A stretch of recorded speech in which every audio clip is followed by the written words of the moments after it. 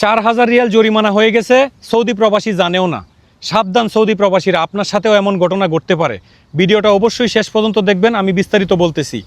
তার আগে বলি, আপনার কোনো আত্মীয় স্বজন শুভাকাঙ্ক্ষী যদি সৌদি প্রবাসী হয়, ভিডিওটা অবশ্যই তাকে শেয়ার করবেন।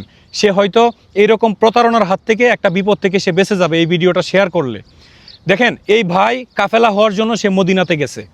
যাওয়ার পরে ওখানকার যার কাছে গেছে কাফেলা হওয়ার জন্য, ওই লোকে ওনাকে নাফাত, তারপর হচ্ছে অ্যাপসার, কুয়া, যত ধরনের সফটওয়্যার আছে সবগুলোর অ্যাক্সেস উনি নিয়ে যাওয়ার পরে নেস্টো থেকে 4000 রিয়াল দিয়ে মোবাইল কিনছে কিস্তিতে।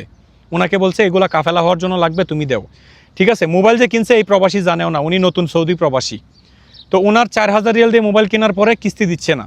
এখন এই যে দেখেন ওয়ার্নিংগুলো আসতেছে, এই লোকের সফর মগ্ন হবে, এই লোকের নামে মামলা হবে, এই লোক দেশেও যাইতে পারবে না এই ঋণ পরিশোধ না করা পর্যন্ত। আপনার সাথেও এমন ঘটনা ঘটতে পারে।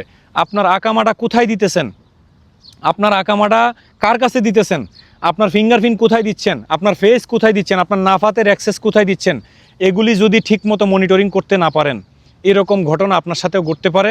আপনিও এরকম বিপদে পড়ে যাবেন। 4000 রিয়াল মানে বাংলার প্রায় 1,30,000 টাকার উপরে। এই টাকা উনি না দেওয়া পর্যন্ত ওনার সফর মগ্ন, ট্রাভেল ব্যান, দেশেও যাইতে পারবে না। কোথাও কাফেলা হইতে গেলে এই জরিমানা দিয়া হইতে হবে।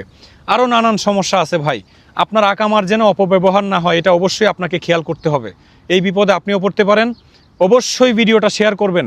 আপনার একটা শেয়ারে একজন প্রবাসী ভাই সতর্ক হবে, একজন প্রবাসী ভাইয়ের কষ্টের টাকা, মেহনতের টাকাগুলো বেঁচে যাবে। ধন্যবাদ সবাইকে। আসসালামু আলাইকুম।